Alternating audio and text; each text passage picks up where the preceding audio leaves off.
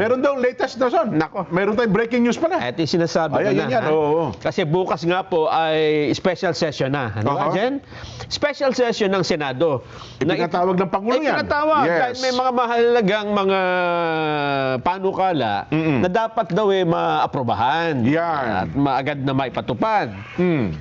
Pero, hindi natin mayaalis na baka magbotohan at magkaroon na nga ng legit na, ang ibig nating sabihin ng legit, at least dumaan sa talagang botohan na bagong Senate President. Kasi ang magiging senaryo niya, Nelson, bagamat may naka-agenda ha, Oo. kasi hindi maaalis na, halimbawa, Bigla may mag-motion. magmo-motion Declare na vacant. para legalize yung gagawin sesyon ng Senado, hindi maiwasan talagang maglagay ng leadership. Hindi malayo mangyari. Ha? Yan. Bagamat sinasabi na natin, ipinagpapauna natin na yung special session dapat kung ano talaga yung layunin. Kasi ando sa agenda. Oo, pero Nandun.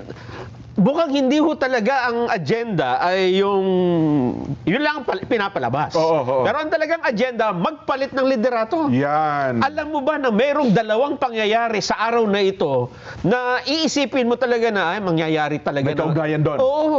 Aha. Una, Okay.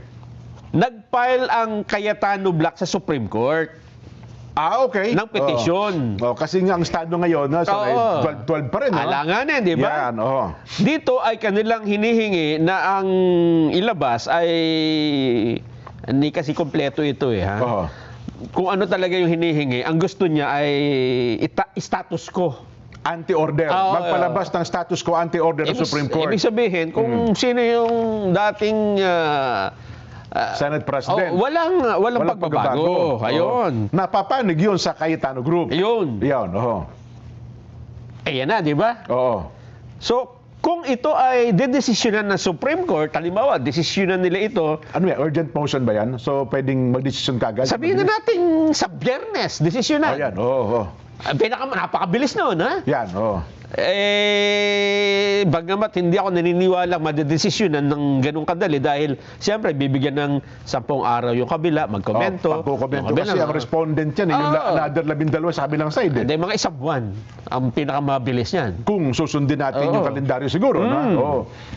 Pero, baka ang desisyon ng Supreme Court ay sabihin niyang, hindi, ano na yan moot and academic. Bakit? Mayroong magiging kaganapan na sabi ng Supreme Court, amot na yan, Wala parang na. baliwala na yung desisyon namin. Ang sabi nga nila, Oh. lalo na kapag kami nagpapail ng TRO, paano namin pipigilan ang isang bagay na lumipas na, nangyari na. Oo. So, yun ang dinideny ng mga petition eh. Yes. So, ano ang posibleng mangyari bukas na maaring sa pantahan natin, forecast natin, kumbaga sa pag-asa, baka sabihin ng Supreme Court na, ay, mutin academic na yung hinihingi yung petition sa amin. Ayun na nga, magpapalit at magbobotohan. Okay? Yun ang pwedeng senaryo? O halimbawa dyan, sabihin mo, paano Teka muna, paano maaagaw? Oh. Di ba, hindi pa naman opisyal lumilipat si Senator Joel, di ba? Maging si Senador Chis Cordero, wala pa rin ng mga announcement na lumilipat nga siya. Ayun nga, so ibig sabihin 13 pa rin sila. Oo. Bagamat ngayon very shaky yan. Opo, kasi sabi ni Senador Joel, aattend daw siya sa hearing bukas. Oo, sabi Pwede naman. mo ring sabihin na yung Senator Chis ay aattend din sa hearing bukas. At ang pagkakaiba, nabanggit pa yung kanyang pangalan. Ngayon, ha? Ayun, oo. Oo. So, pwedeng maging 13 bukas. So, may quorum. Oo. Pero ako naman sa kabilang banda, pwede ko rin namang isipin, Nelson, na yung Cayetano Group Ang ay gumano magwawagi. din sa pagdinig. Ito ngayon ang bagong pangyayari. Breaking news ito. Oo. Ewan ko na kumbaga, ito naman babanggitin ko lang sa panig nung ang pananaw ay tama ang Alan Cayetano Black. Ha? Okay. So, Halimbawa, doon muna tayo sa panig ng Alan Cayetano Black. Mukhang ang mga pangyayari ngayon ay laging pumapanig dun sa kalaban nila. Kasi una, kinilala daw sila ng mga estado ng ating gobyerno. Malacanang, Kongreso, etc. Pati NBI, Police. Kasi pagka kinilala ka ng Malacanang, malaking siyempre yung buong ban- sistema ng Oo. gobyerno, Oo. ay kikilalanin ka na naman. Etong bago. Oh, Alam mo bang nangyari kay Senador Jinggoy Estrada? nakulong siya doon sa Payatas, sa Quezon City Jail. Bukod doon, Oh, may latest sa sa kanya. kanya. Nakalaya na. Sana. Piyansa. Sana makakaboto, Oh. di ba? Oo. Ang problema, hindi na siya makakaboto dyan.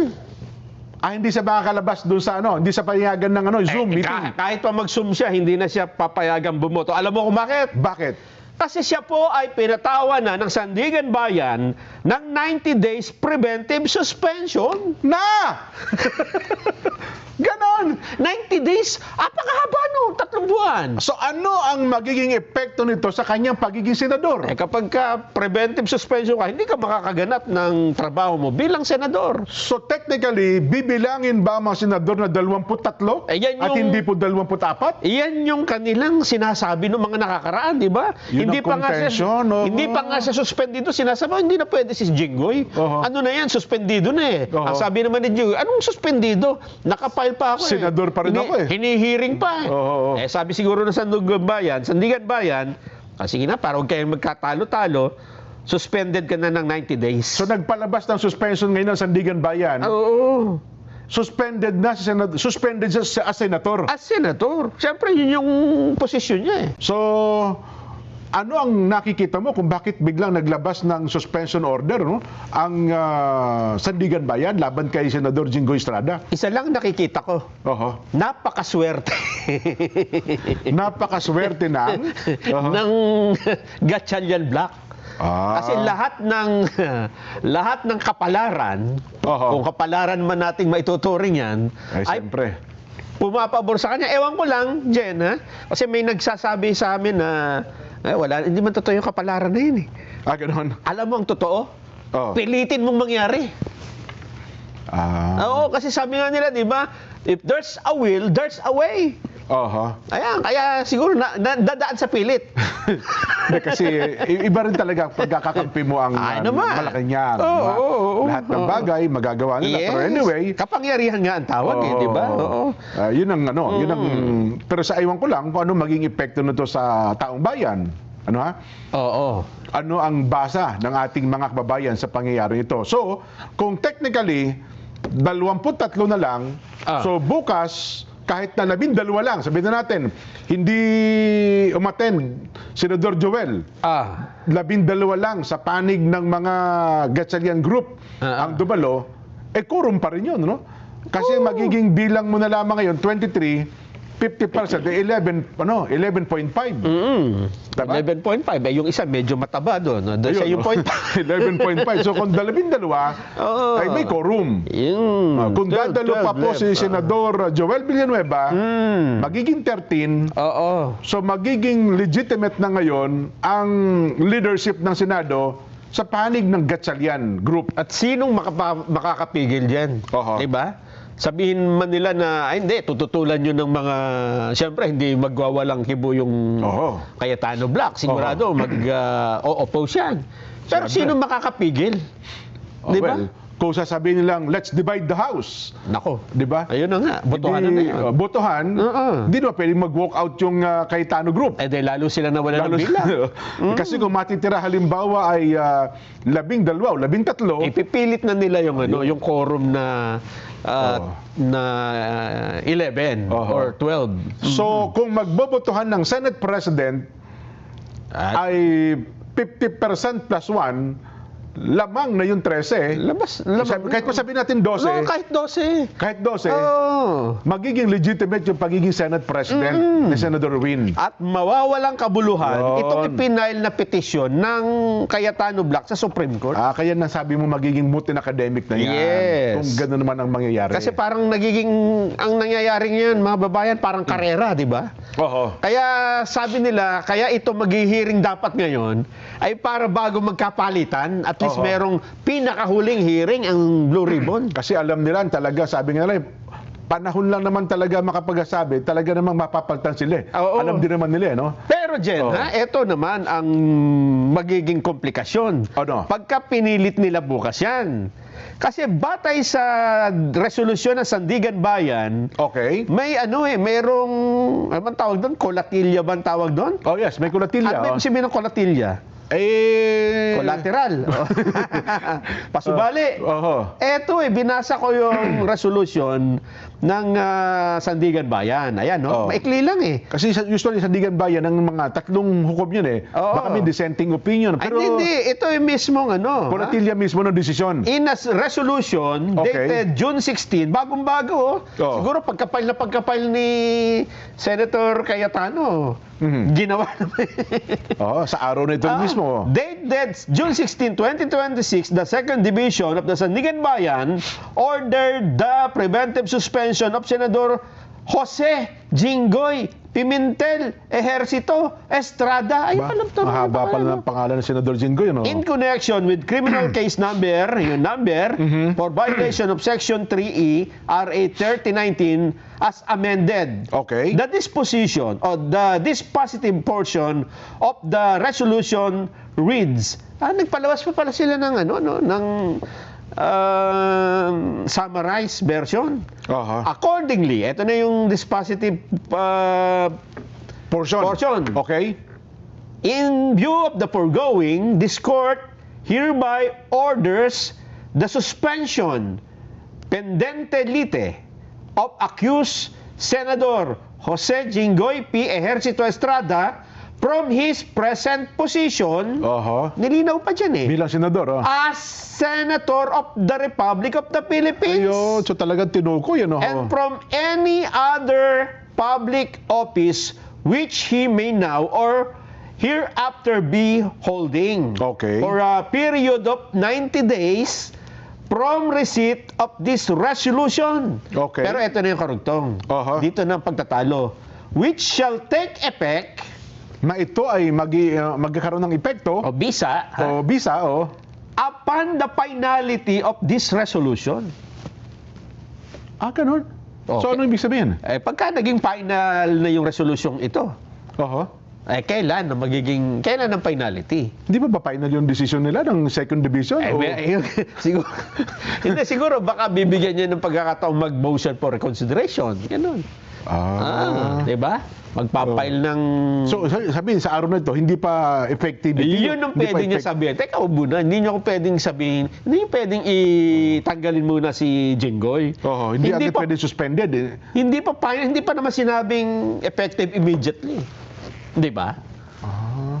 Sana nakita ng abogado niya yan. Baka maging puntos pa, no? Sana nga. Pwede, no? Pwede. Matindi pang labanan. So, kung bukas, pwede nilang sabihin na, teka lang, Oo. tama, suspended ako, pero wala pang finality. Di ba? Sinabi yan, di ba? Oo. Wala pang finality. Oo. Tatayo naman yung senador. Oo. Yan ang akala nyo.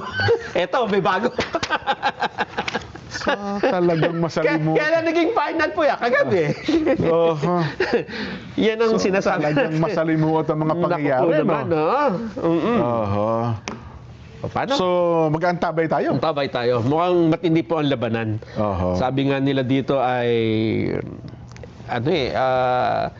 nakikita natin ngayon ang mga pangyayari hindi natin akalaing akala ko sa pelikula lang nangyayari yan. Okay. Oo.